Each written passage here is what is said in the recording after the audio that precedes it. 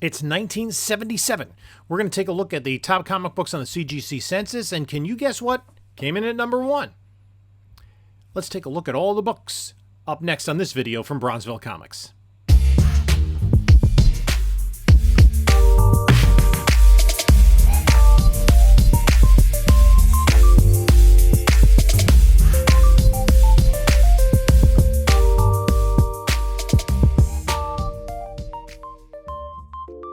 Hello, panelologists. This is Jim from Bronzeville Comics coming to you with another video. And before we get started, please like, comment, subscribe, and check out the description of this video for links to my eBay store, my email, my whatnot, and my Instagram.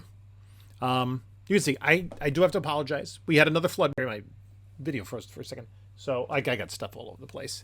I did manage to reorganize a lot of stuff since the last flood warning, but I have to get out of the basement in the long run. But anyway.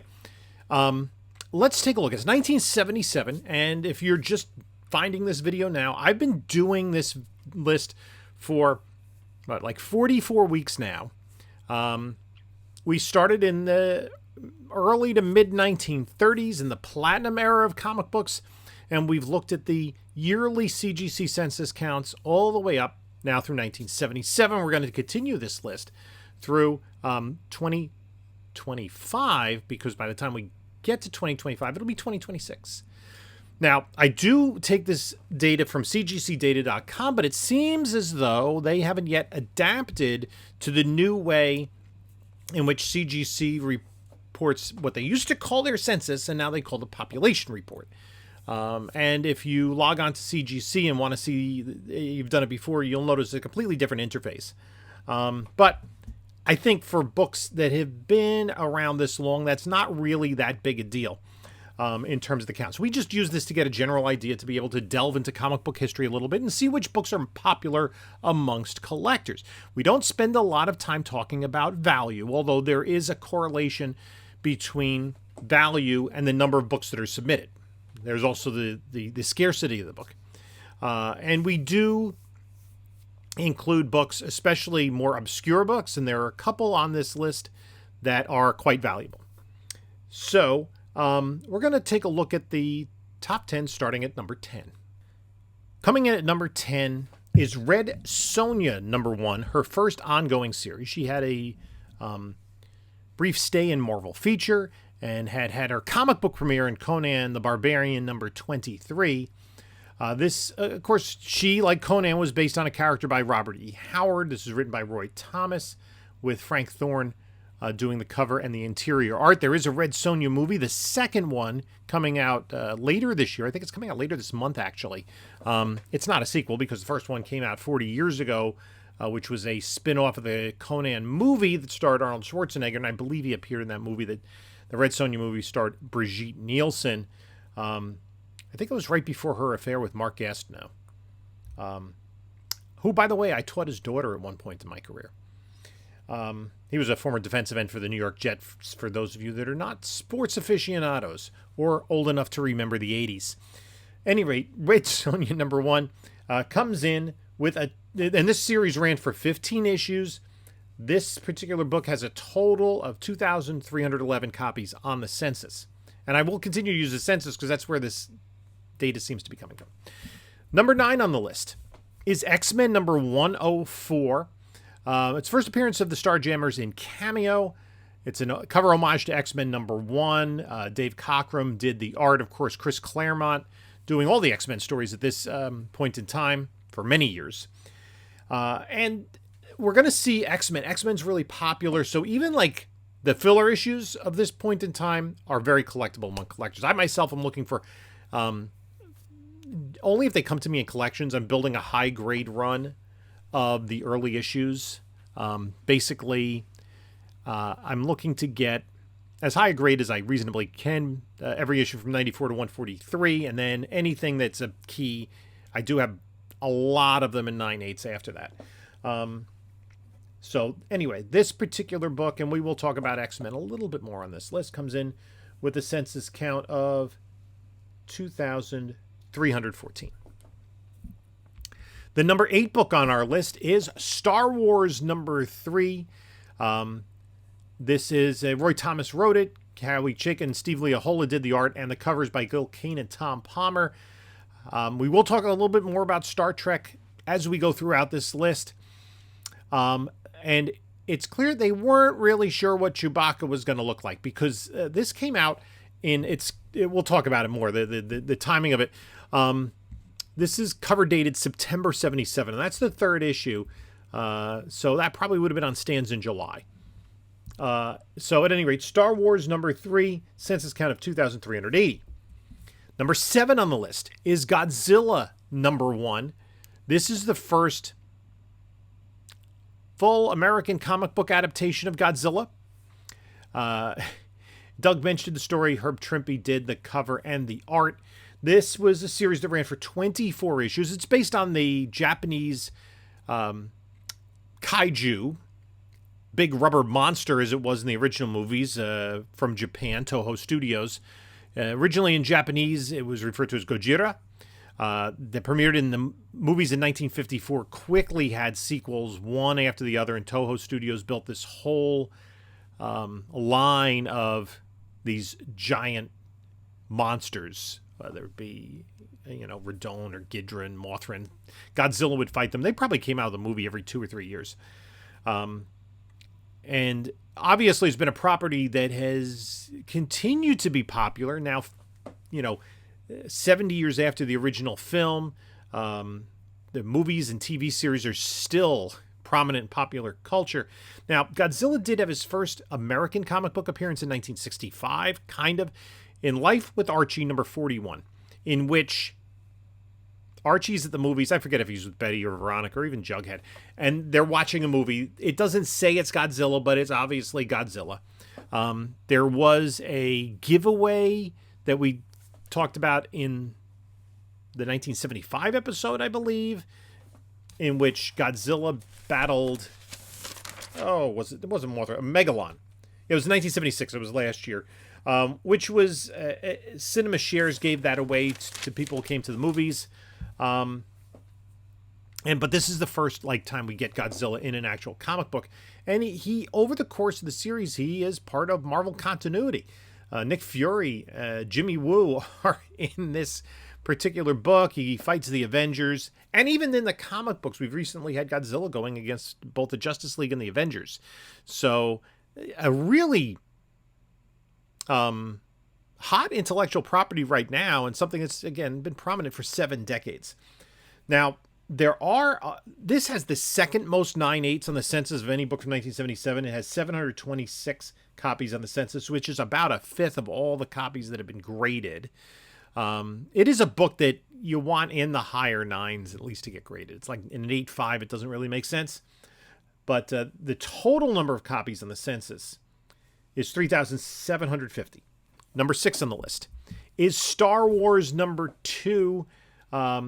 Roy Thomas, Howie Chaykin, Rick Hoberg did the cover, inked by Tom Palmer. And I believe this is the first Obi-Wan Kenobi. It doesn't give the first appearances on the CGC labels. But it also is the second part of the adaptation of the movie, Star Wars. And for those of you, I watched the movie in the theater in 1977. It's Star Wars. It's not A New Hope. It's not Episode 4. It's Star Wars. That was the title of the original movie. I don't really like to retroactively retitle movies that had a lot of sequels. This is the first one. It's Star Wars, and that's all there is to it. So the first appearances are chopped up over the course of the first several issues. You see Luke and Obi-Wan here on the cover, I guess in the bar. Yeah. So, any rate, Star Wars number 2 has a total of 4,777 copies. Blue label on the census. Number 5 on the list is Marvel's Spotlight number 32. This is the first appearance of the first Spider-Woman, Jessica Drew. Archie Goodwin did the story, Sal Buscema and Jim Mooney did the interior art, and Gil Kane did the cover. This is one of those characters that was kind of a big speculation character during the comic boom. When are we going to see Spider-Woman? We did see her in the Spider-Verse movie, but I don't think it really like caught track. Now, she did have a Saturday morning cartoon in the 1970s, and this was basically Marvel saying, okay, let's make sure that we get a copyright on this character. I'm sorry, it actually was the second Spider-Woman, I believe, because Vivian the Librarian was a Spider-Woman in Spidey Super Stories, but that's not in continuity. There have been other Spider-Women throughout Marvel history, but here, and she changed her look fairly quickly. It also changed her origin. Was she actually like a spider that became human in this or something? I can't remember exactly. Let me know in the comments if you're more familiar with the Spider-Woman lore than I am. Total number of Blue Label copies on the Census, 5,684. Number 4 on the list is Black Panther #1, his first ongoing title. This is by Jack Kirby. And this series ran for 15 issues. Kirby did the first 12, not the last 3. And again, it was always been a nice key. I mean, these #1s of characters that have been around for a while during the 70s. We saw Red Sonja. We'll see somebody else on the list in a little while. But I think the Kirby influence adds to its popularity. And also, the movie speculation, even though Chadwick Boseman had passed, people were still, if you remember during the comic boom, if you're old enough to remember 2021, it was like, okay, first appearance, Fantastic Four 52 is too pricey. Maybe you get the Jungle Action. It's like the first appearance, the second appearance was FF53. Then you have the first solo story, and then the first individual title in their own title. And I think the desire for those #1s has decreased. I mean, it's still, and it is a collectible at just 15 issues. It is a collectible series. I actually got this series out of like quarter bins in the early 80s. And I just kind of, because I was grabbing anything, and there are a few titles that, from this era, I was just grabbing anything. I'm like, okay, 15 issues, I can do that. Here they are. I'm, paying $4 or $5 for the whole thing. Probably a good investment. And probably less than cover price even at the time. So anyway, Black Panther #1, 4th on the list, 6,206 copies on the Census. At number 3 is Iron Fist #14. This is the first appearance of Sabretooth, Chris Claremont's story, John Byrne art. Big popular key because Sabretooth is essentially the arch nemesis of Wolverine, but he's introduced as an Iron Fist character. Now, this is also kind of interesting that it's high on the list because Iron Fist only lasted one more issue before he was merged with Power Man, and the title became Power Man and Iron Fist. So I don't imagine it was one of Marvel's best sellers at the time. The other thing that's interesting is Sabretooth wouldn't encounter Wolverine for a better part of a decade, probably, definitely well into the 80s. He didn't even encounter Wolverine, despite the fact that he was created by Claremont and Byrne. He didn't even encounter Wolverine during the Claremont-Byrne run of X-Men. So it was well later in the run. Obviously, he's been incorporated with Tyler Mane and Liev Schreiber into the movies, and is seen as that counterpoint to Wolverine, which really boosts the popularity of the character up. But here he made his first appearance against Iron Fist, and we will talk about this book a little bit more on the list with variants, and there are a few of those that we'll talk about. Iron Fist, this was the penultimate issue of his solo series, and the total number of copies on the Census is 7,134. The next book on the list at number 2 is Ms. Marvel #1. Her first solo series, Carol Danvers, had premiered in Marvel Superheroes number 13, kind of as the quasi-romantic interest of the Marvel Captain Marvel. And again, much like Black Panther, this saw a spike in interest with the movie, as Brie Larson portraying Carol Danvers. Even though there were some people who were not big fans of her portrayal, I thought it was fine. But again, this #1, and it's an available book. So people looking for keys like it's a fairly easy book to find because it's high on this list. It's from 1977. Now, still to get high grade copies of 1977 books is difficult. The kind of tipping point is around 1980 when you started to have the direct market and comic book shops that as soon as the book was taken out of the box, it was taken better care of than, generally speaking, than on the newsstand. And also the direct market couldn't return the books like newsstands could. So there's a lot of dead stock that has been around for decades. And then, went in bag and board and then went into a hand of a collector. But this series ran for 23 issues. It was canceled with an unresolved storyline that didn't get resolved until the early 1980s. Again, they bring in, Peter Parker and Mary Jane and J. Jonah Jameson to kind of boost sales. And, number ones are going to be highly printed in the 70s. Last, a bold new superhero in the Census stunning tradition of Spider-Man. Let's bring Spider-Man in to boost sales. They did this far back as Daredevil #1. And the Ms. Marvel appellation, obviously, Carol Danvers is known as Captain Marvel now, and Kamala Khan is Ms. Marvel. But the feminist movement of the early 70s, and this is the reaction to it. Jerry Conway wrote the story. John Buscema and Joe Sinnott did the interior art, and John Romita and Dick Giordano did the cover. Total number of copies on the Census is 7,747.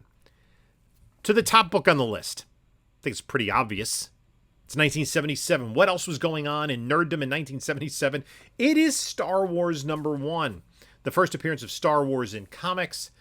The first part of a 6-part adaptation of the New Hope movie, of the Star Wars movie.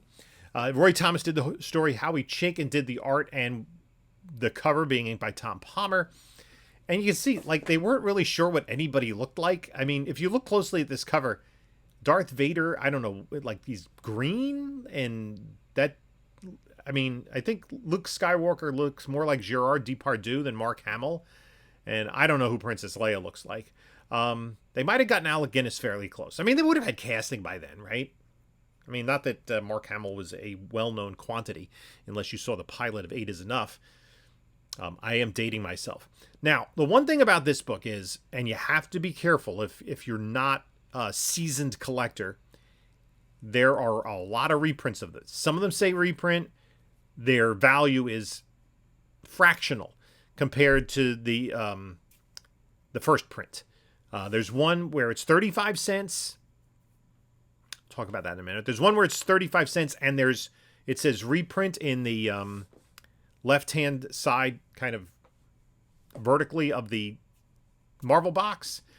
There's a Whitman variant in which the UPC, there's no UPC code. It's a blank box, and you get that Whitman diamond of the price. So you have to be careful that when you're looking at a Star Wars #1, you're looking at a Star Wars #1.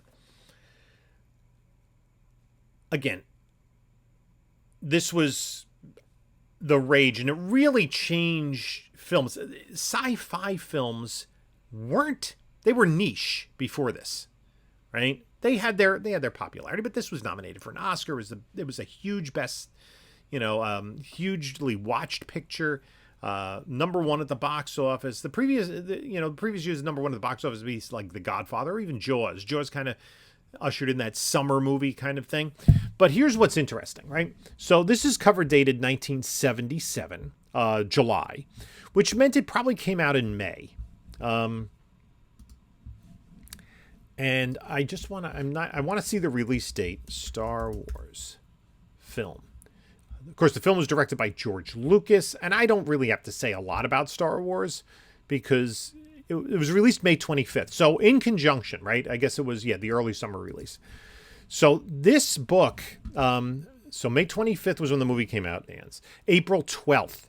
Release date was April 12th. And the movie, as I said, came out on May... where is it? May 25th. So, well over about a month and a half before the movie came out. So issue #2 would have come out before the movie, and the rest of the book would have already been, written and drawn before the movie hit theaters. So that's why you see the characters look a little bit odd. And the same is kind of true when they did the Empire Strikes Back adaptation several years later. But anyway, a huge phenomenon. This, I think, now ranks amongst books to date as the third biggest. No, actually, it actually surpasses Amazing Spider-Man 129 in terms of Blue Label copies. Now, this is also a book that is kind of a popular signature book because you can get any of the, or could have gotten, Hamill, Ford, before she passed, Carrie Fisher to sign it. I've seen like 6 signatures. Thomas, Chaykin, could have got George Lucas to sign it. There are 1,482 signature series on the Census, which is the most of any book from 1977. Suffice to say, that is the biggest book of the year, and that rounds out the top 10. Now, the top 10 were all Marvel. So what we do on this list, couple of things. I don't do foreign reprints, but we will mention some foreign books if they high enough on the list. We do the top 10 for both Marvel and DC, which in this case, we're just going to go through 10 DC books. We also look at other big keys, other books that have fairly significant value, and the top book from any publisher that either is a long-standing publisher or has at least, at this point in time, 10 copies on the Census. I don't know how long I'm going to keep it to 10 because, now a book that's printed out of somebody's basement, they probably send 25 copies to CGC. So anyway, let's go past number 10 and take a look at some other interesting books. Coming in at number 11 on the list is What If #1. Roy Thomas story. Jim Craig and Pablo Marcos did the art. Oh, that was before he won the gold medal in Lake Placid. John Romita and Joe Sinnott did the cover. What if Spider-Man joined the Fantastic Four? The What If was What If. I mean, it was adapted to the animated series on Disney Plus. Basically, what if we took this turn in the story? Like in Amazing Spider-Man #1, he shows up to the FF, says, how do I join? Because, how do I get a job here? And they're like, we don't pay anybody. And he's like, peace out. So kind of follows that trajectory. What if something different had happened? And it was a popular series because every issue were different characters and you got different takes on stories. And it was a fun series to read. This particular book has 2,308 copies on the Census. At number 12 on our list is X-Men 107. This is the first full appearance of the Starjammers. So this is the second X-Men book on the list. Not a ton of keys at this point in time. And again, X-Men, I believe, was just bi-monthly, right? Because 101 and 109 would be a key, so that's not included here. The Claremont story, Cockrum art, and I've had a devil of a time getting this book in high grade. But this is, one of the bigger keys for the X-Men in this part of the run. We will see more and more keys occurring as we move along into the 80s. There are a total of, I don't know how many copies on the Census. I did not write that down, or did I? Oh, no, I did. There are 2,305 copies on the Census. Now, issues, this is number 12 on the list. 12 through number 20 are either X-Men or Star Wars. And so let's jump to number 21. It's the first DC book. It is Black Lightning #1, the origin and first appearance of Black Lightning. Tony Isabella wrote it. Trevor Von Eden and Frank Springer did the art. Rich Buckler and Springer did the cover. That's an awkward combination.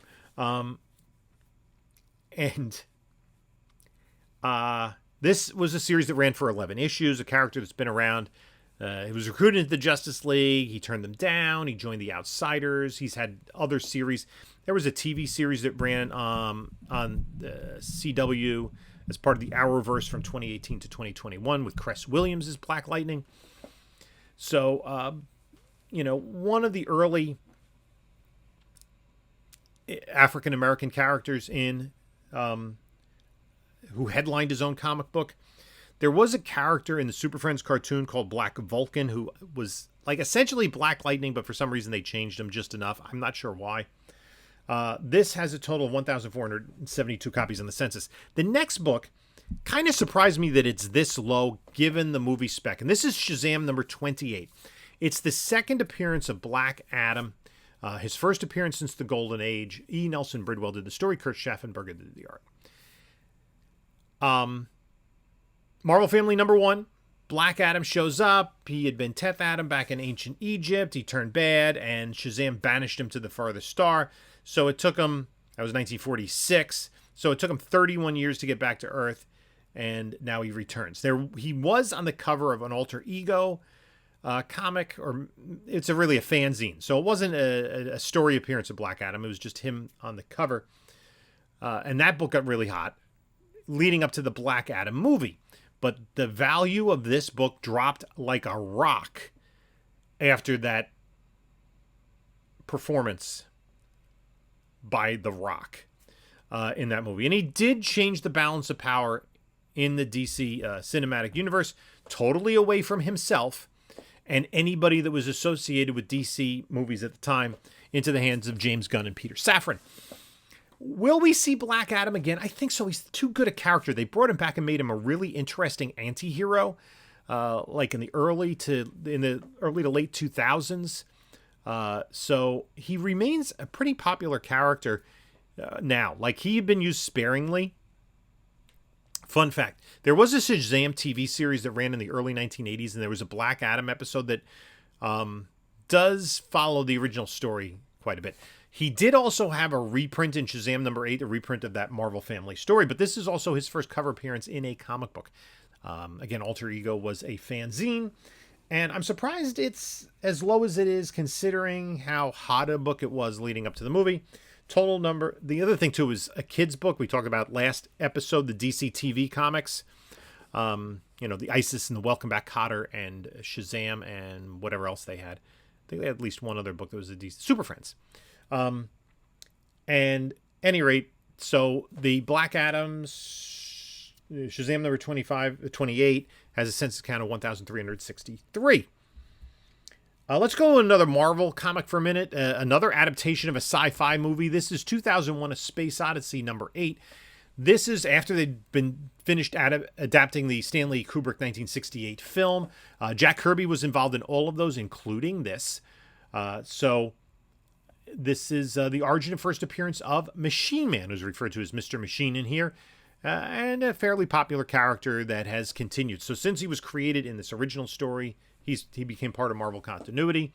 And you can see in the Marvel box there, it says, based on concepts from the MGM Stanley Kubrick production.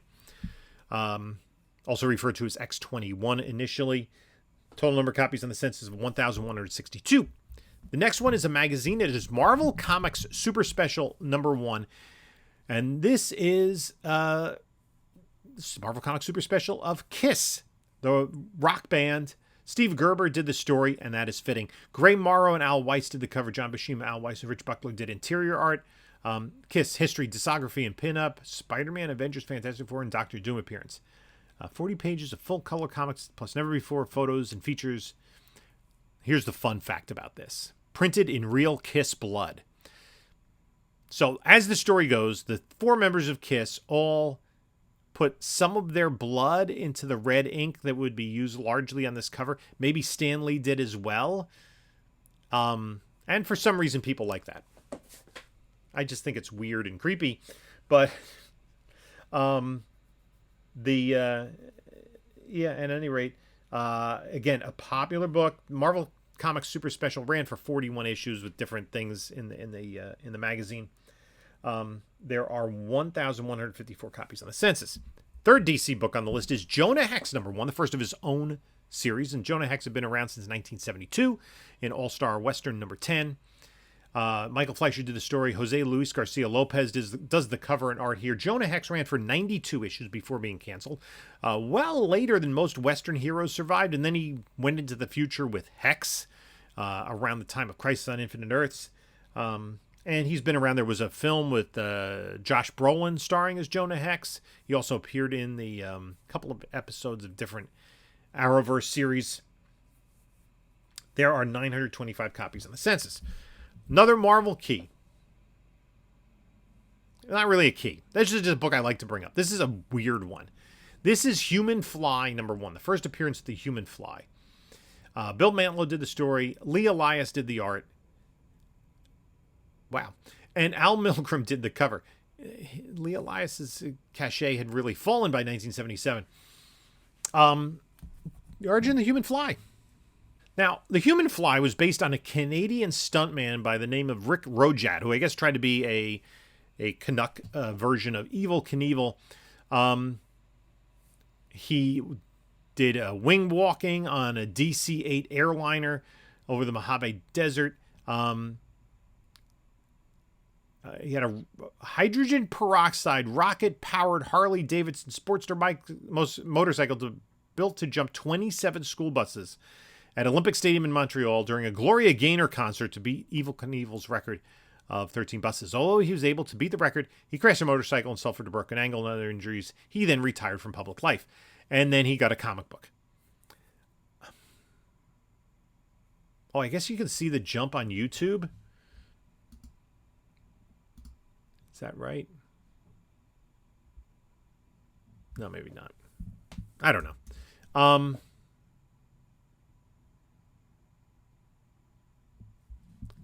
This was a weird book. It's a book. I'm surprised there were this many copies graded because this is a book that nobody wants.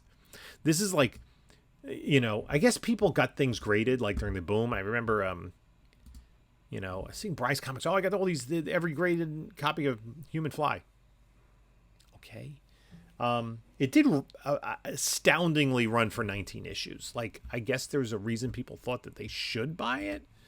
I don't know. I always find this is like one of the early examples of like weird Marvel books. Like, they proliferated in the 80s with, like Team America and US1 and stuff.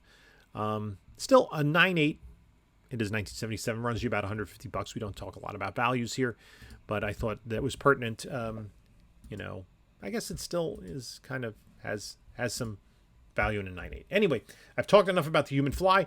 Let's go on to our next book, and it's Spectacular Spider-Man #9, the first comic book appearance of the White Tiger. Bill Mantlo did the story. Sal Buscema, Mike Esposito, the art. George Perez, who created him in Deadly Hands of Kung Fu #16, did the cover with Frank Giacoya.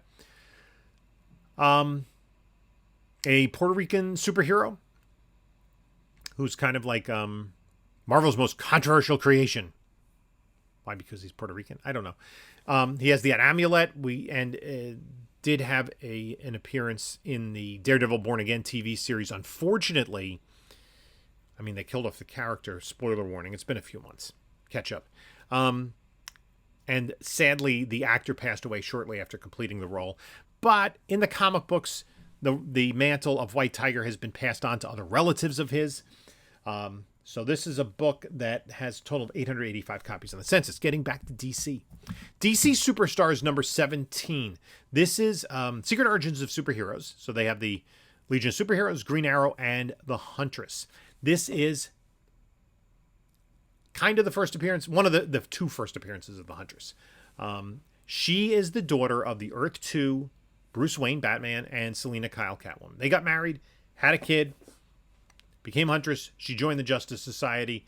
You do have a Joe Staton and Bob Layton cover, and I guess Joe Staton probably did the interior art because he was working on All-Star Comics at the time. This has a total of 849 copies on the Census. Coming in next is Detective Comics #475. This is the first modern appearance of Deadshot. Deadshot was in Batman #94, I believe. Is that right? In the Golden Age. Didn't really have a costume.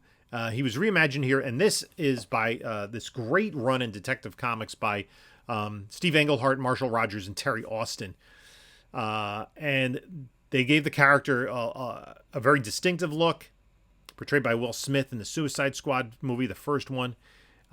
And this has been, again, kind of a villain, but, some of it veering towards anti-hero, a relatable villain, let's say, in Deadshot. And, He's been a member of Suicide Squad and the Secret Six, so he's been around quite a bit since being reintroduced and reimagined, really, here. 806 copies on the Census. The sixth DC book is All-Star Comics number 69. This is the first appearance of the Huntress, the Earth 2, the second Huntress. There was a villainess who teamed up with Sportsmaster. Paul Levis did the story. Joe Staten and Bob Layton did the art. Al Milgrom and Jack Abel did the cover. This is a, All-Star Comics lasted up until issue 74. So it's the first appearances of both Power Girl and Huntress, who they did team up quite a bit, sort of the way that Supergirl and Batgirl would be like the, a world's finest ish duo. Unfortunately, this version of the Huntress kind of got lost after Crisis on Infinite Earths, when Earth 2 disappeared and the original Batman and Catwoman were no longer in continuity. I really enjoyed this. She did have a backup in Wonder Woman for quite a few issues following this. And this has a census count of 519. It'll have 520 when I get my next submission in. Coming in next on the list. This is from HM Communications, which is Heavy Metal #1. So this is a magazine that was originally reprinted a lot of stories. It was adapted from a French magazine, Metal Hurlant. Richard Corbin did the stories and art, who did the Nicolette did the cover. And this is kind of like, it had more violence. It was sci-fi based. There could be erotic content. It definitely had like kind of a steampunk vibe. And it was by the same publishers as National Lampoon. Although they went by different titles. But it was a magazine. And it lasted under different ownership for a number of years, up to 318 issues through the first two owners. And then I think it was rebooted in more recent years. This particular book has a census count of 506. The seventh DC book is Shade, the Changing Man #1 by Steve Ditko. First appearance of Shade, the Changing Man. Has been a member of Justice League Dark. This was a really weird corner of he wasn't really like part of DC continuity. This was when Ditko came over and did some work for DC around this point in time. He had done the work in the late 60s with Creeper and Hawk and Dove and such, working for Charlton for a while, and then he's now back here at DC. This ran for 8 issues. This is a book I hunt for because since he's a member of Justice League Dark, maybe, just maybe, we'll see him. One of my big spec books. 427 copies on the census. Next book on the list is DC Superstars #11, DC Superstars of Magic. This is, I think this is a cover by. Zatanna is a very popular character, and there are certain aspects of her that are quite popular among collectors, and Gray Morrow does amplify those quite well. Gray Morrow did the cover and the interior art, mostly reprints. I think there was one original story. But this focuses on Zatanna. There also a Flash story against Abracadabra. Again, this is a popular book. I was able to get this in a 9.6. Again, 1977. This is double-sized. It is staddle stitch, not square bound. But there are a total of 380 copies on the census. Ninth book on the list from DC is Batman #286. Classic Joker cover by Jim Aparo. Denny O'Neil did the story. Irv Novick and Bob Wyachek did the art. Just Joker appearance. You get 2 Jokers on the cover. Also says there's a Fred Hembeck letter.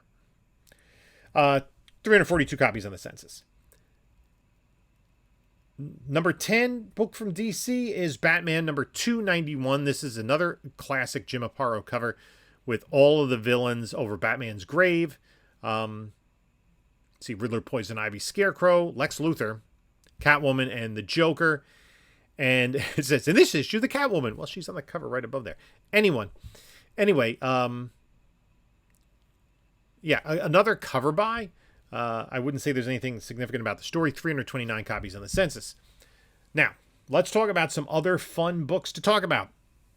Star Wars #1, the 35-cent price variant. So, in 1976, as prices were going from 25 to 30 cents, before we got to 30 cents, Marvel did those 30-cent price variants on books like Eternals #1. And then inflation being what it was in the 1970s, we were already going from 30 cents to 35 cents, right? Which was a major thing because, like, as a kid, if you got a dollar allowance, okay, 30 cents, you can buy 3 comics and still have a dime. 35 cents, you're going to be a nickel short of buying 3 comic books. So limited markets in which they experimented. I guess they wanted to compare the sales of 35 cents to 30 cents. So in Tuscaloosa, Alabama, Wilmington, North Carolina, Toledo, Ohio, Memphis, Tennessee, and San Antonio, Texas is where these books were found. So they are harder to find.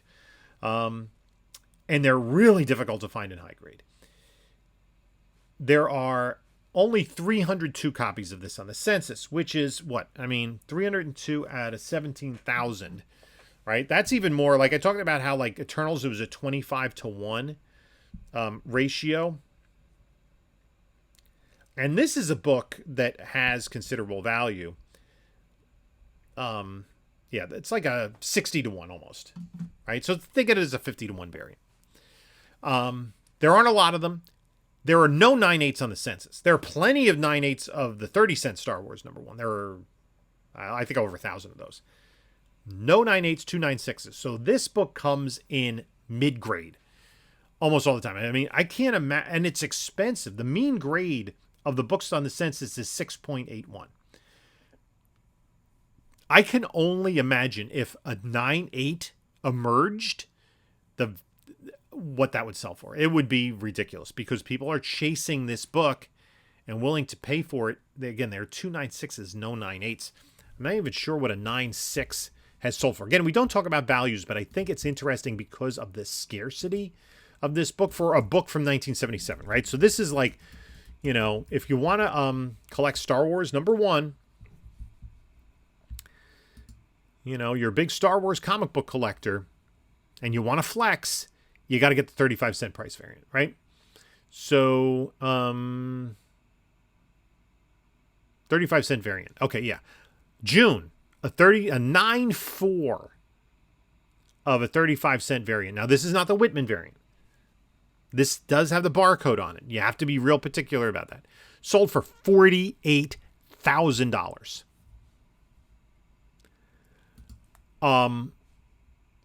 So tell me in the chat if someone found a #1 35-cent price variant and got it graded and got a 9.8. Yeah, I don't even see sales of 9.6s recorded. So 9.8 is $48,000. 9.4 was $48,000. That's a recent sale. $200,000? $250,000? The rarity of it would be ridiculous.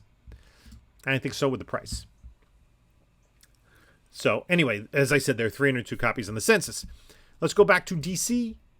And this is Super Friends #7. This is the first appearance of Zan and Jaina, the Wonder Twins, as well as their blue monkey Gleek. They get rid of Marvin and Wendy.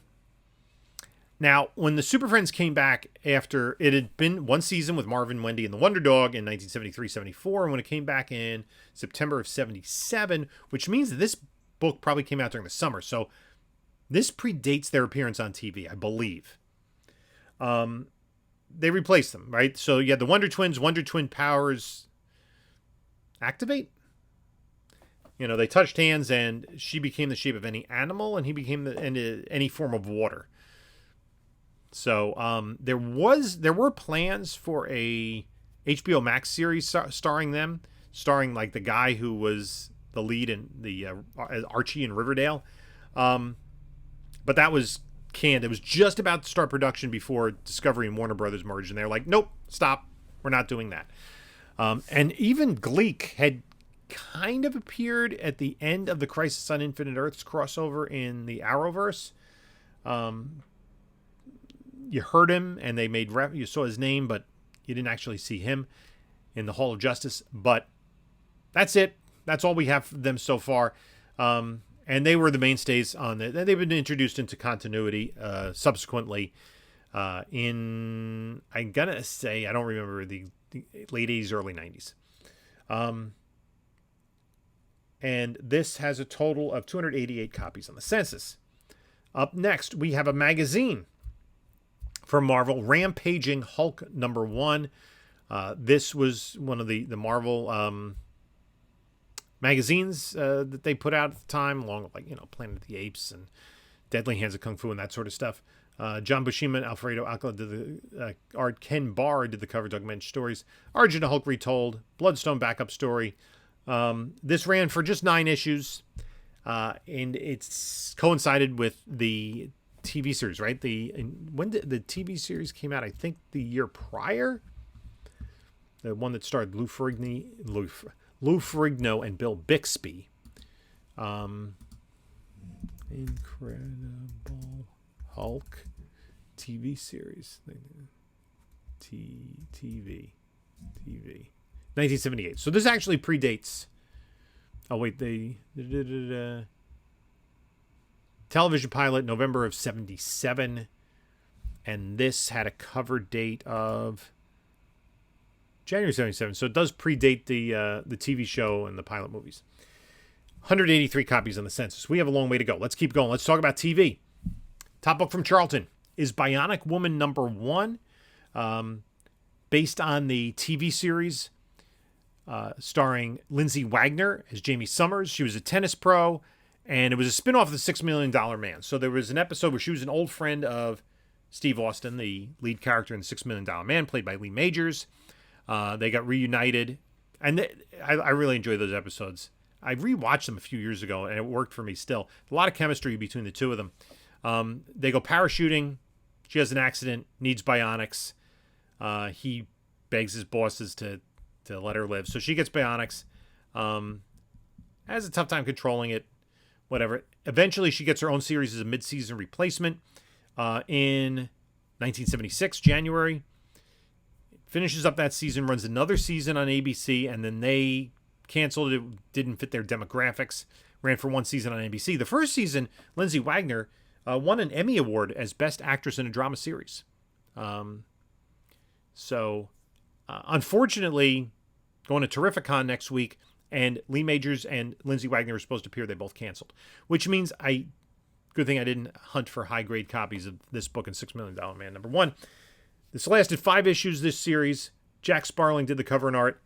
There are 171 copies on the Census. Up next is another DC book. This is Teen Titans #48. This is the first appearance of Bumblebee. Karen Beecher, who was playing the girlfriend of Mal Duncan.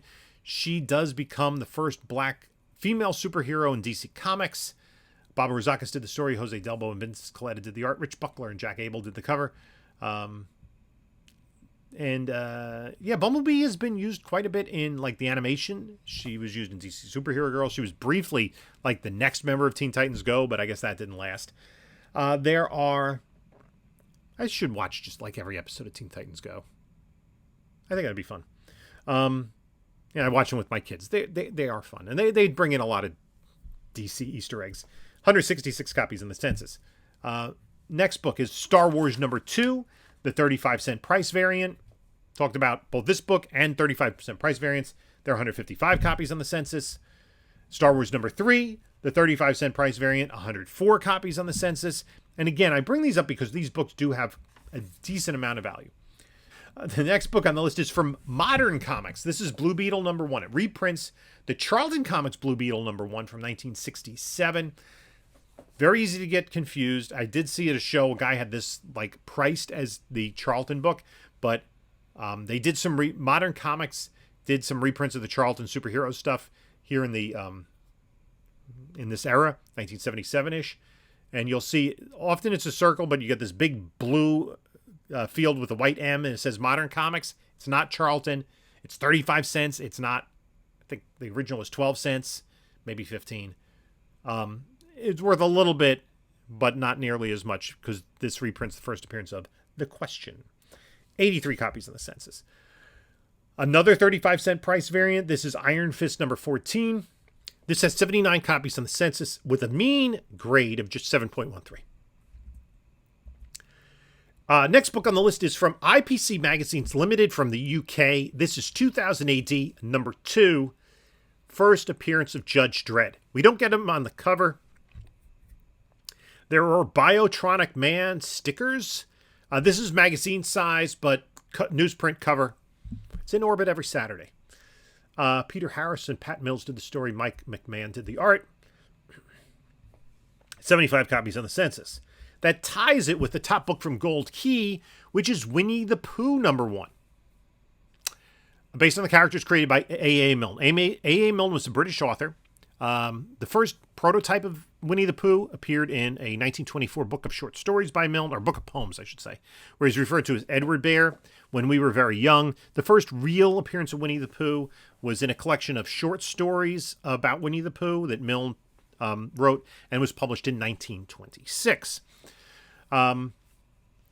Disney acquired the rights to the character and in 1966 released a animated short, which was kind of late in the game for animated shorts, Winnie the Pooh and the Honey Tree, which I was born in 1966, so I really don't remember watching any movies, but I imagine it was before a Disney film. You'd get the Winnie the Pooh, but they were shown on like Wonderful World of Disney as a kid, and those Winnie the Pooh and the Blustery Day and so on and so forth were a big part of my childhood.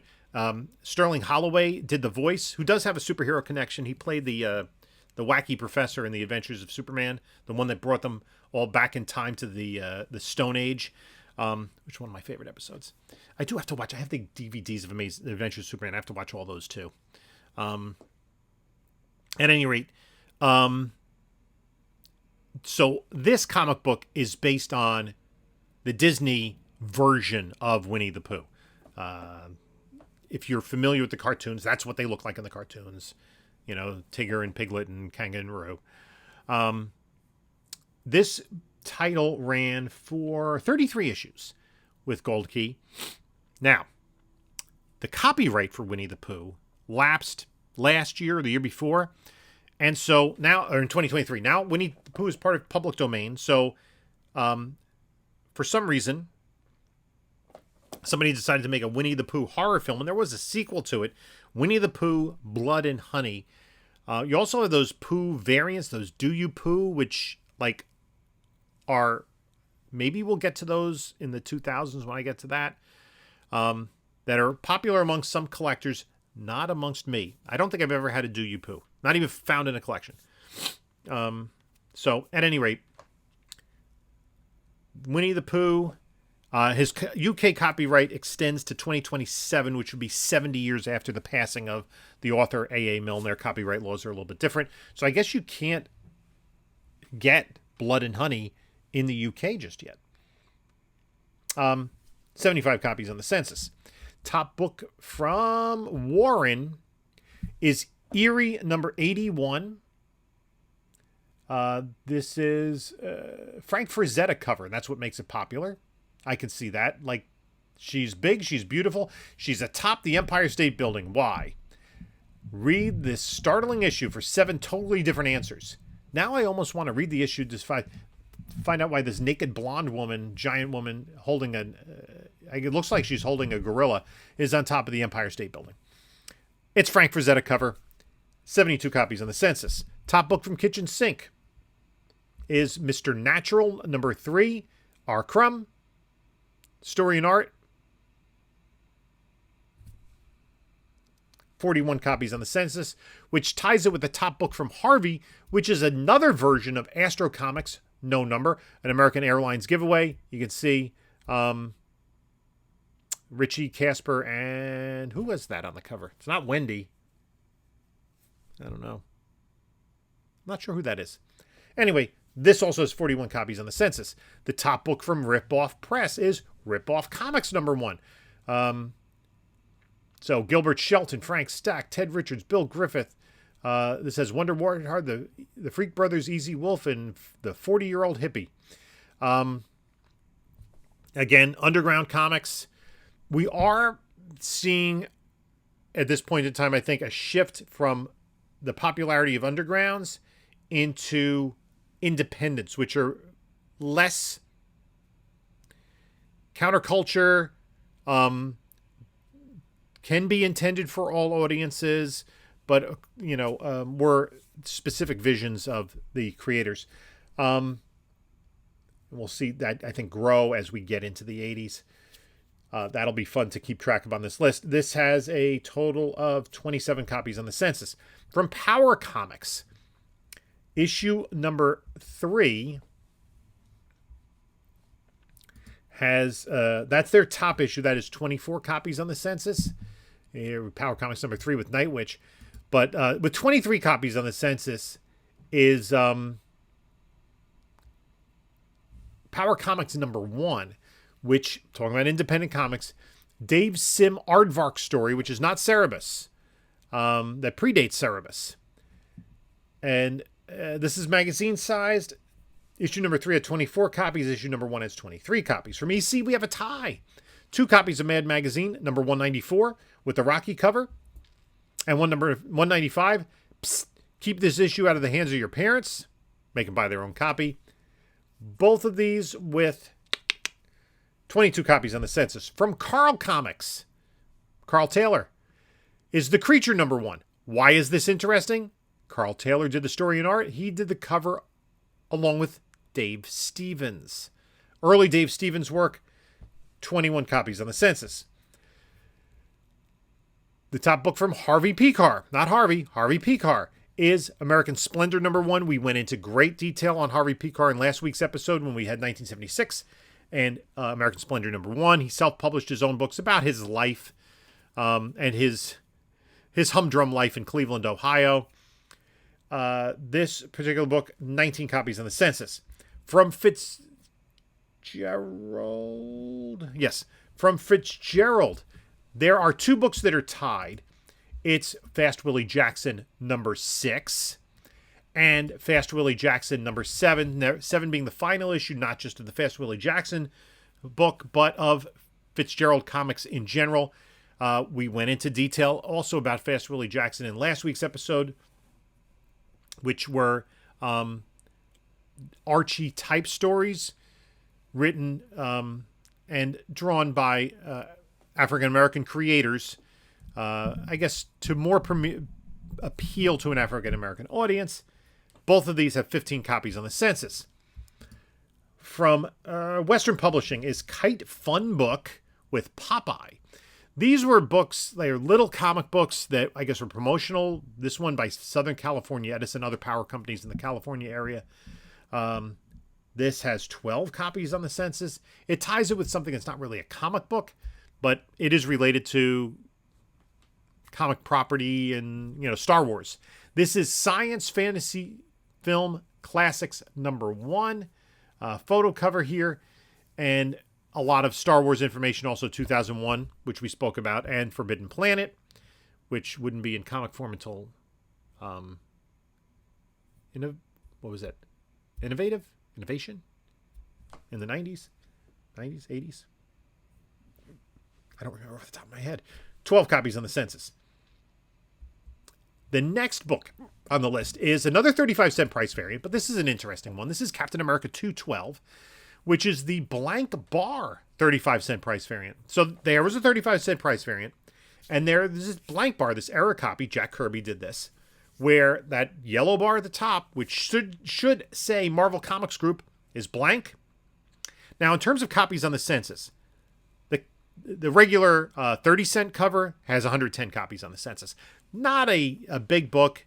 You're probably only going to grade it just if it's really means something to you, or if it's a 9/8 contender, most likely. So there are 110 copies of the 30-cent on the census. There are 14 copies of the 35-cent price variant and 12 copies of the 35-cent blank bar variant, which means were there much fewer of these than the regular one? Anyway, it's a very expensive book, and it's a very, very hard to find book. But then again, really, so is the regular one. I had the price up, I think. Captain America number 212.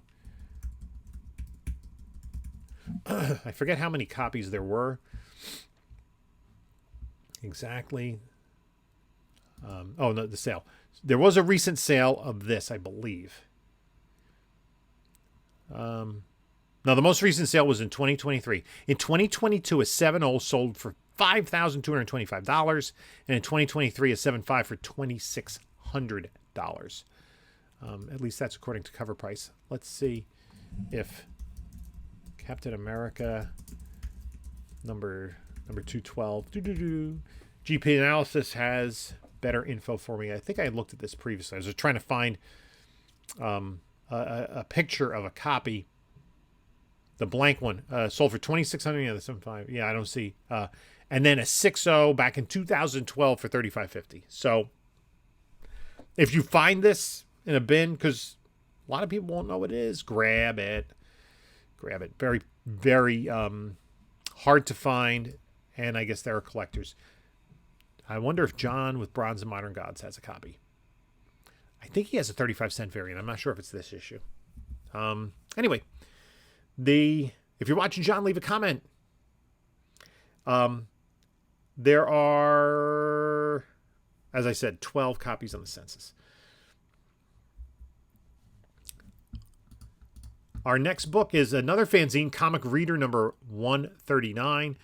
A Trevor Von Eden cover of Black Lightning. 11 copies on the Census, much like the previous magazine. This is science fiction, horror, and fantasy number 1, with a Darth Vader photo cover. I guess the popularity of Star Wars and it really driving interest in science fiction gave people the idea, let's start some magazines. 11 copies on the Census. From California Comics, Barbarian Women number 2. I don't even know what to make of this cover, and I'm going to have to look really close to see what I have to black out in order to not be demonetized. S. Clay Wilson did the cover and art. 10 copies on the Census. Checkered Demon number 1, the top book from Last Gasp. Also S. Clay Wilson. 10 copies on the Census. And the top book from Stamp Art is Fog City Comics. Rand Holmes art. This kind of looks to me like a Will Eisner-esque style. Not for sale to children. He's taking a lot of vanilla extract. I don't know. 10 copies on the Census. The top book from Spire Christian is another Archie collaboration. Archie Gets a Job. He's driving a bookmobile. 8 copies on the Census. From Keith Green is, I'm not going to say the full title, sampler. Number 1, Robert Crumb cover. 7 copies on the Census. From Star Reach number 7. Barry Windsor Smith wraparound cover. A fantasy magazine. Dave Sim and Steve Englehart stories. Fabio Gaspari, Joe Staten, and Mike Vosberg art. 7 copies on the Census. And finally, and how this has fallen. The top book from Archie. We need some innuendo to get Archie going again. Is Archie Giant Series Magazine number 455, Sabrina's Christmas Magic. 3 copies on the Census. And that's going to do it for 1977. Big Star Wars year. And I'd like to thank you for stopping by. I know that, please share this. People like these videos that I get feedback from. And so they are work to put together, but they're also a lot of fun to put together. And I get to talk about a whole bunch of comic book history, different comic books, some that I know about, some that I don't. And I get to learn about new things, and then I find things that I want to collect. So let me know which books on here that you might want to seek out now, or that you have that are interesting. And what do we think is going to be the top book for 1978? That's a good question. Let me know in the comments. I don't research that until I finish editing this video. That's still going to be a little bit of a while. I'd like to thank you all for stopping by. You can take a look at a couple of my other videos here. And this is Jim saying until next time, enjoy your comics.